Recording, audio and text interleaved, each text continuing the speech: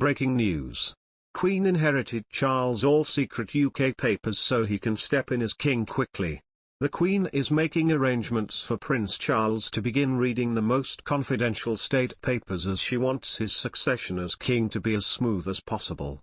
The Queen has asked Prince Charles to start looking at confidential state papers so he can take over quickly as king, according to a royal expert.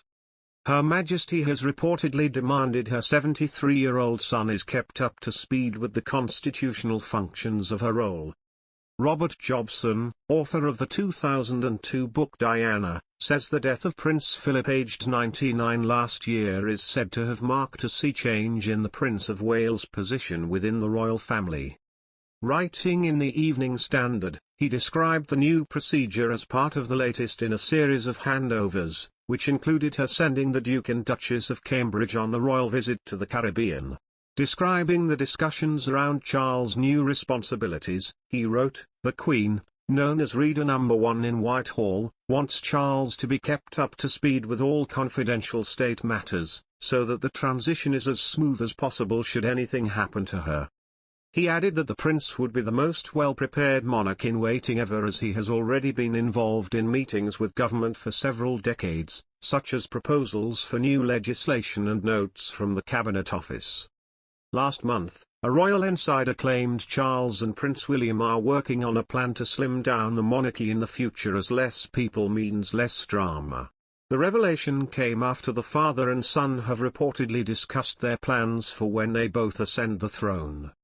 According to a source speaking to magazine, the pair have agreed to guide each other in their mission to reform the royal family, so that it resembles a smaller European-style institution made up of fewer members. The Duke of Cambridge is reportedly excited about this new chapter in his life and the challenges he'll be facing. Prince Charles and Camilla followed in the Queen and Prince Philip's footsteps as they began their last day of visits in Ireland. Prince Charles and Camilla began their last day of engagements in Ireland by visiting Rock of Cashel, a cluster of medieval buildings which used to be the seat of the Kings of Munster. This visit presented an added value as it was reminiscent of the one undertaken by the Queen and Prince Philip in 2011.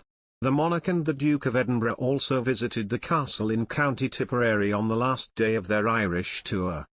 More than a decade ago, the royal couple was shown around the historic castle and ended their visit by listening to schoolchildren singing.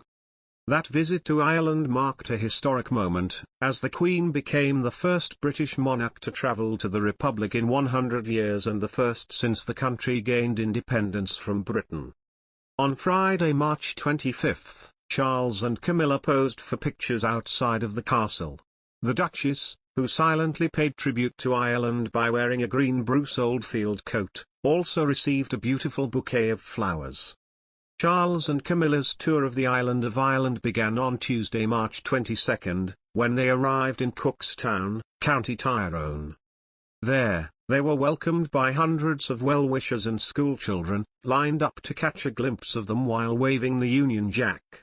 The Prince of Wales and the Duchess made royal history on the day, as they became the first members of the firm to visit Cookstown. Shortly after, they visited Superstars Cafe, a charity working with people with learning disabilities which is currently helping to train 20 youngsters. After being shown some of the work done by the young people at the charity, the Duchess and Charles hopped on a twin bike for a hilarious picture. Prince Charles also focused his attention on topics very close to his heart on this day of visits. First, he visited Rural Support, a charity established in 2002 to provide a range of services for farmers and farming families across Northern Ireland via their support line.